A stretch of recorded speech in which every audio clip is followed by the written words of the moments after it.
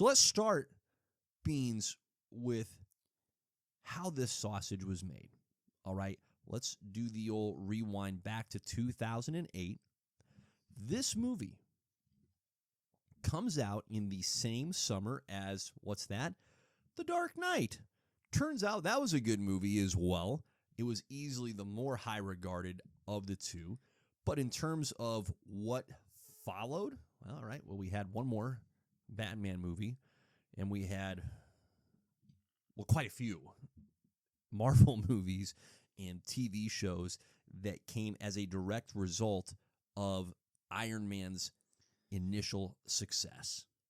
How do we even wrap our heads around that? Like, that is genuinely wild, is it not? You know what's even more wild? I was 11 years old Yeah. in the theater watching that movie. There you go. You want to put that into perspective? I had to do the math. Mhm. I was like, oh, 2008. Oh, yeah. I was born in 97. Yeah. 11. I was 11 years old. Yep. And now that movie is close to being 20 years old. Isn't that crazy? Yeah, it's closer to being 20 than 10. It's truly. It doesn't feel Hard that to old. grasp. It really doesn't. No. So it just shows you how well that movie has stood against time. I think one of the more remarkable elements of this movie, and this would be a theme of strength for the MCU as it experienced successes, some bigger, some smaller, but overall started stacking wins on top of itself. This was an example of the beauty of, I'm not going to say low because that sounds rude. I'm going to say limited expectations. Okay? Folks that went into that movie theater, myself included, had not read Iron Man comics. Whatever exposure we had to Iron Man, the character, would have been in some kind of a cartoon, likely a team-up cartoon where it's not an Iron Man solo venture, perhaps a video game here and there. But the point is, and we're just going to do the easy, lazy comparison here to Batman, which was on its, let's see, fourth actor playing it in a live-action movie. And I'm disrespecting Adam West. I could go further back, but let's just say fourth in the modern era. So you had Michael Keaton, Val Kilmer, George Clooney, and then Christian Bale. Okay. So everyone, Batman was ingrained in the American pop culture lexicon. Same with Superman, Spider-Man. Heck, the Hulk had already had a movie. And I'm sorry for your fate, Eric Bana. You deserved better than what happened to you. But He's a good-looking Hulk. He's a great looking Hulk. The point is, it is remarkable to me in no small part that this character of Iron Man even gets this opportunity. But part of that reason for happening is that Marvel, as a company, had gone through bankruptcy, and in order to just stay afloat, had to sell off the rights to Spider-Man to Sony, the Hulk to Universal, the X-Men to Fox, in order to get that influx of cash. And so they're left with a roster that, frankly, did not at the time contain their A-list characters. They had literally sold those characters away in order to survive. And so as they're going through the options of, all right, well, we're going to try making a movie here. Shoot, Fantastic Four, I forgot to mention, they had also had their rights sold to Fox. They're left with the character that they ultimately decided this character can sell the most merch. Kids love this guy. Pretty cool. Like, they're doing, seriously, they're doing all of these, pre-production testings and studies, and they decided that this was the best merch path available. I mean, they even Isn't sold, that crazy? They even sold Ghost Rider and Blade Oh my gosh. and Daredevil and Namor. Yep. They sold all these weird ones. We're like, wait, hold on. How did Ghost Rider get sold before some of those other characters? Yeah. It's just crazy. Yeah, it really is. So that context is one of the beauties of life. It's one of the beauties of any artistic endeavor where what should happen isn't necessarily what does happen. Sometimes that's frustrating, but in this case, that's actually a great thing because in so many ways, this movie should not have happened. It really shouldn't. And part of what's remarkable to me is that it's able, and I think this is one of the reasons why it's worth bringing up the fact that The Dark Knight came out in the same year.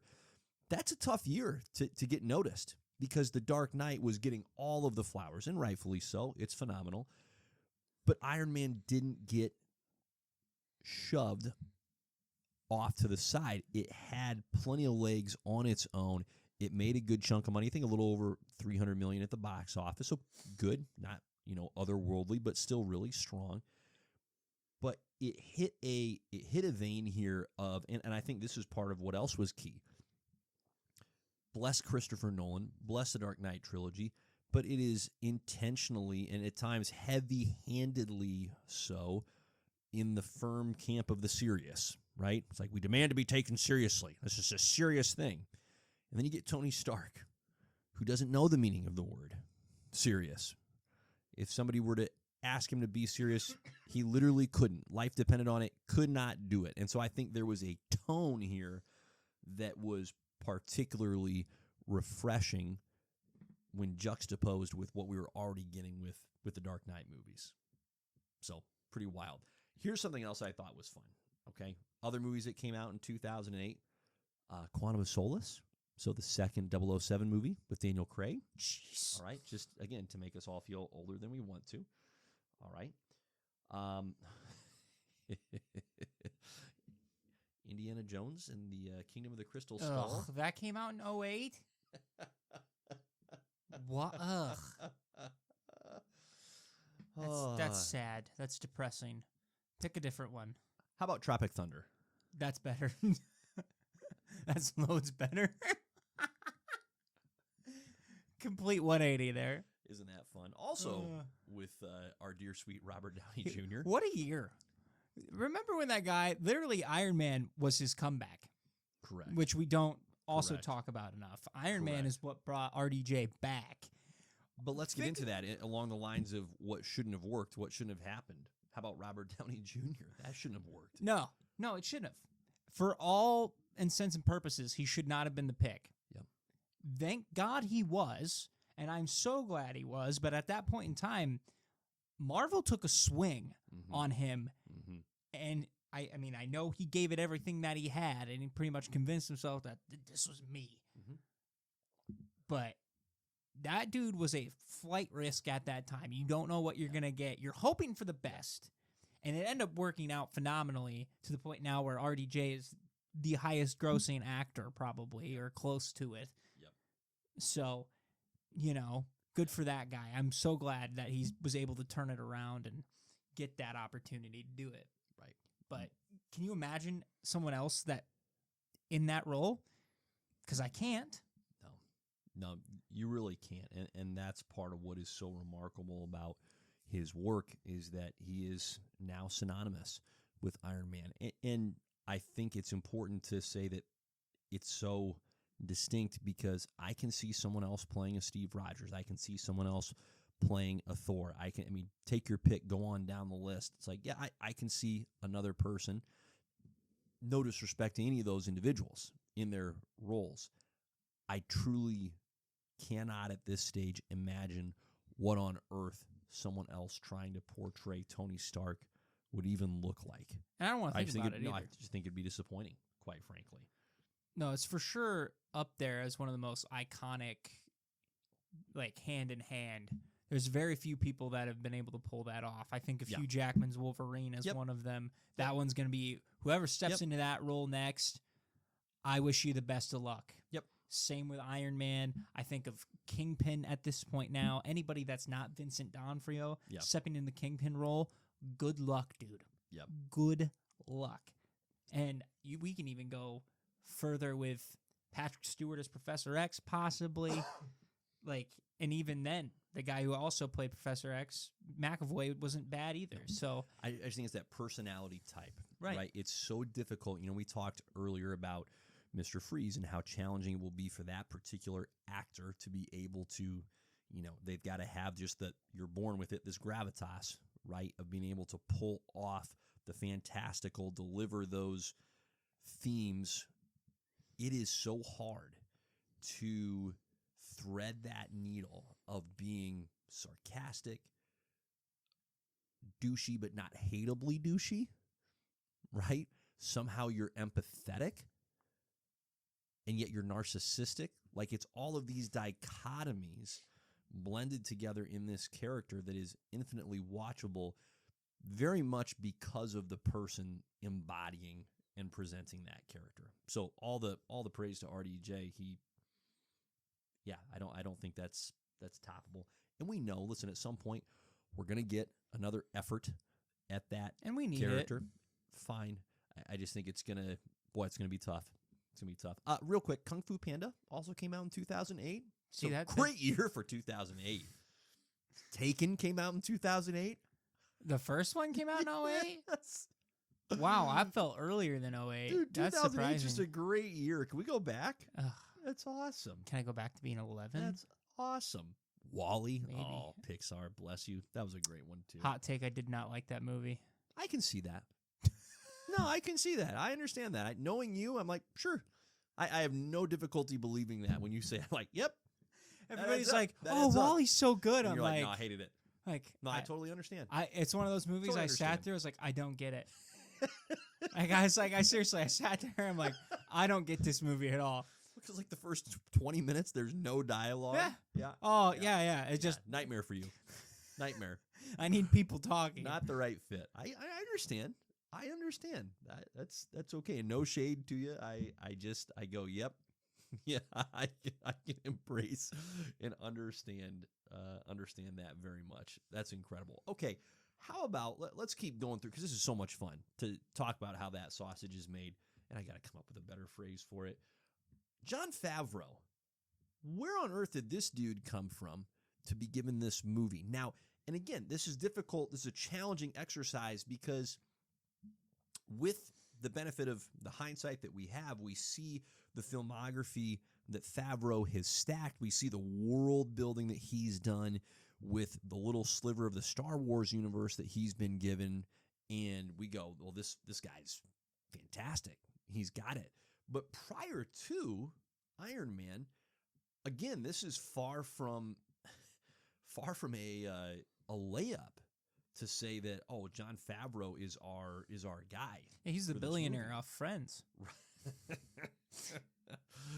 Right? People forget that Jon Favreau was in Friends for a 5-episode stint, Yeah, maybe he had a good 5, little 10 run. episode stint. He had a good little run. But truly, like, he had little bits, little spots here with TV shows. Maybe